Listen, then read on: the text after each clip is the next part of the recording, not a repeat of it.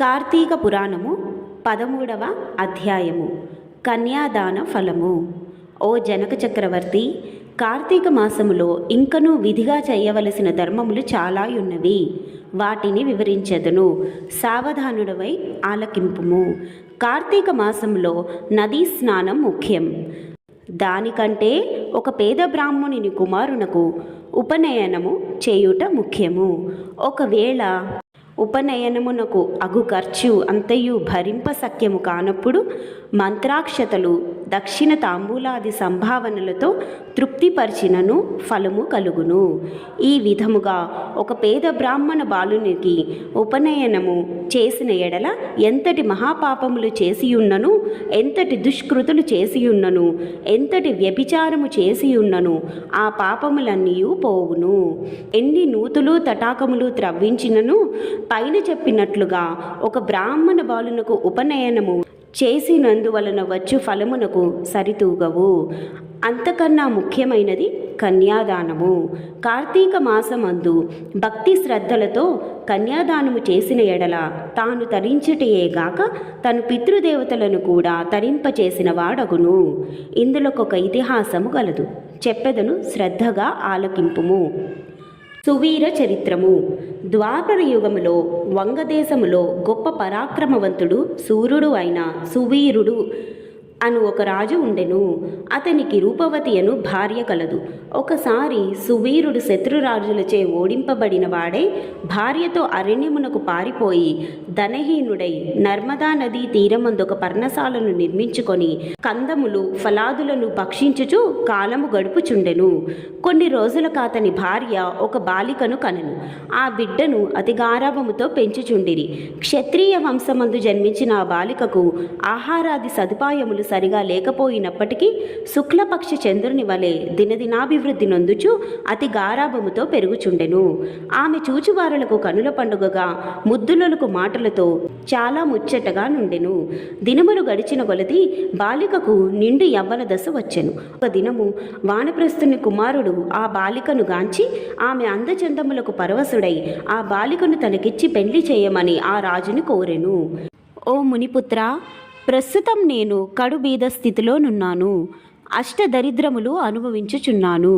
మా కష్టములు తొలగుటకు గాను నాకు కొంత ధనమిచ్చిన ఎడల నా కుమార్తెనిచ్చి పెళ్లి చేతునని చెప్పగా తన చేతిలో రాగి పైసా అయినను లేకపోవుటచే బాలికపైనున్న మక్కువతో ఆ మునికుమారుడు నర్మదా నదీ తీరమున కుబేరుని గూర్చి ఘోర తపము ఆచరించ కుబేరుని మెప్పించి ధనపాత్ర సంపాదించెను.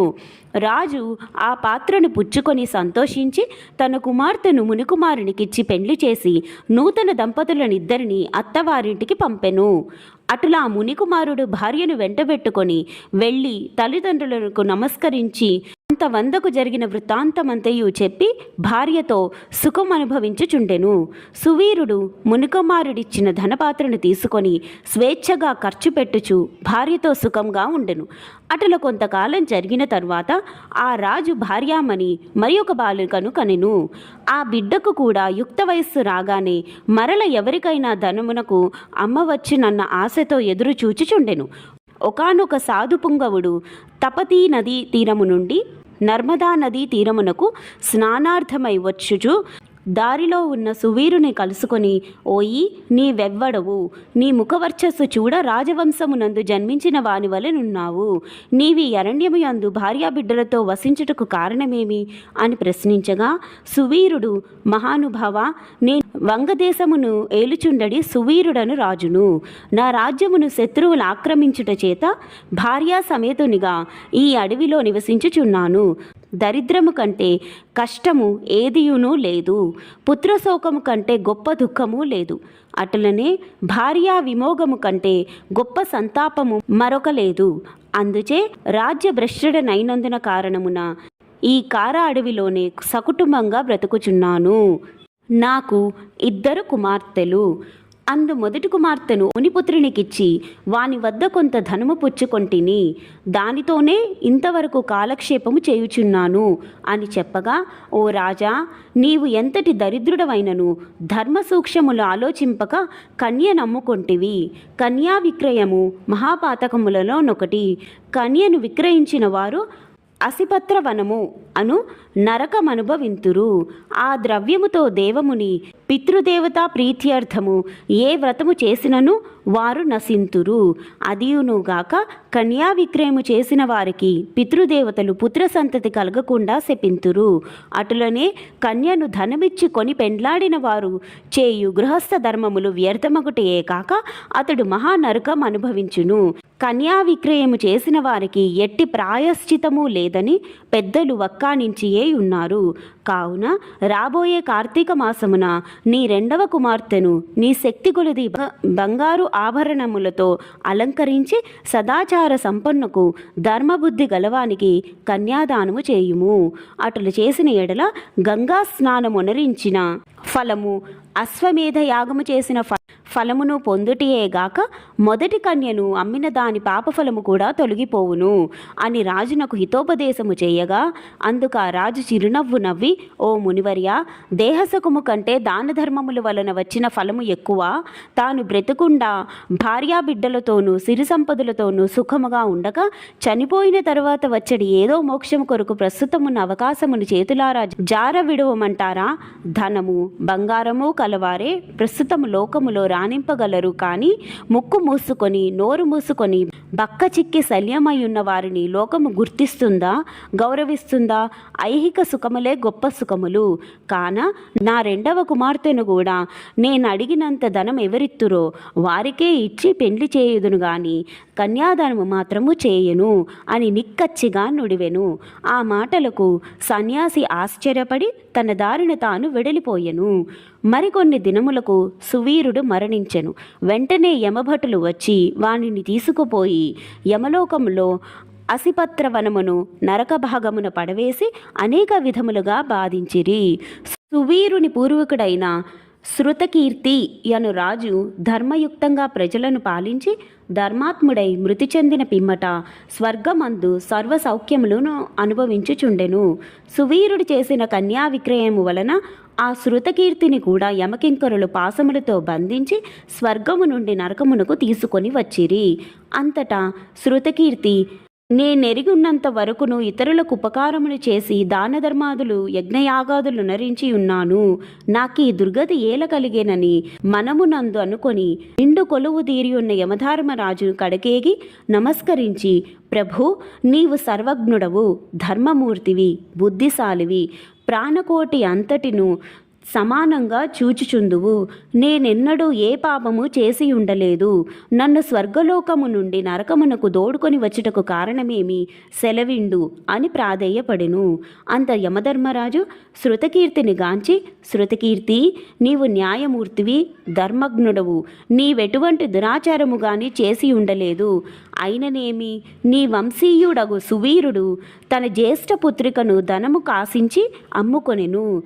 కన్య నమ్ముకొనే వారి పూర్వీకులు ఇటుమూడు తరముల వారు అటుమూడు తరముల వారును వారెంతటి పుణ్యపురుషులైనను నరకము అనుభవించుటయేగాక నీచ జన్మలు ఎత్తివలసి ఉండును.